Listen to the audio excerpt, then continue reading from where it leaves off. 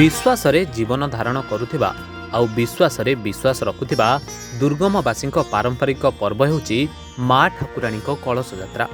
उपांत अंचल पहाड़र चारिकोण मझिरे खोसी होई रहिथिबा पाखापाखि 60 रु 70 परिवार को नहीं गढ़ी उठिछि एही कंग्रा गाँ। परंपरा एवं संस्कृति को पाथेय करी पूर्वपुरुषों अमलरू स्थापन करा जायथिबा शक्तिपीठर सुरक्षा एवं पूजा पाठ को पालन करी आसुछन्ति ग्रामवासी। वर्षरे 2 थर अर्थात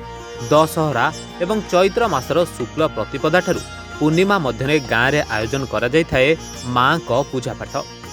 गाँव में अवस्थित माँ को अद्वितीय शक्ति प्रति भक्ति एवं विश्वास को नहीं चलित चैत्र मासर एही ठाकुराणी यात्रा आयोजन करा जायछि।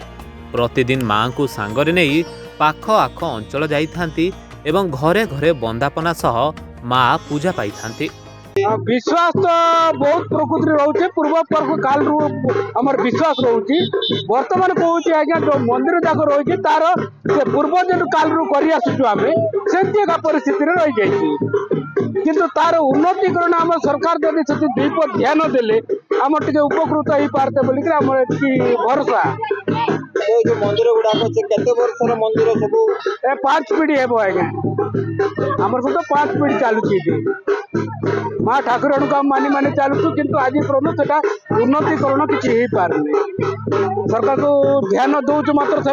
आज करूँ काली करूँ बोली रही जाऊँ किंतु बारंबार आम एमएलए मंत्री को जनाऊँ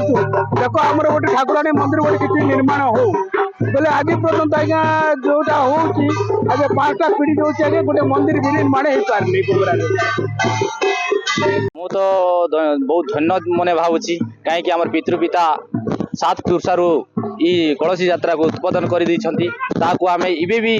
जो स्तर में पालन कर आसुले से स्तर में आम पालन कर आसु आम देवादेवी को बहुत विश्वास करे कहीं 3 दिन धरी उपवास ही ताके परिक्रमा करती आमर ये देवी 4 दांड को बुले जो भी आम असुविधा हुए ना आमको किसी भी अघटन घटे ना से माँ को धन्य मन करे प्रत्येक वर्ष साथी ही बुली रही थाए आप कहले गर्व कहीं आम ये अनुतापी माँ को आम देखीचु जाचु कर्तव्य लोक भी कहते माँ को जो आराधना कराए से दिन जब नड़िया भांगिले सफल होता है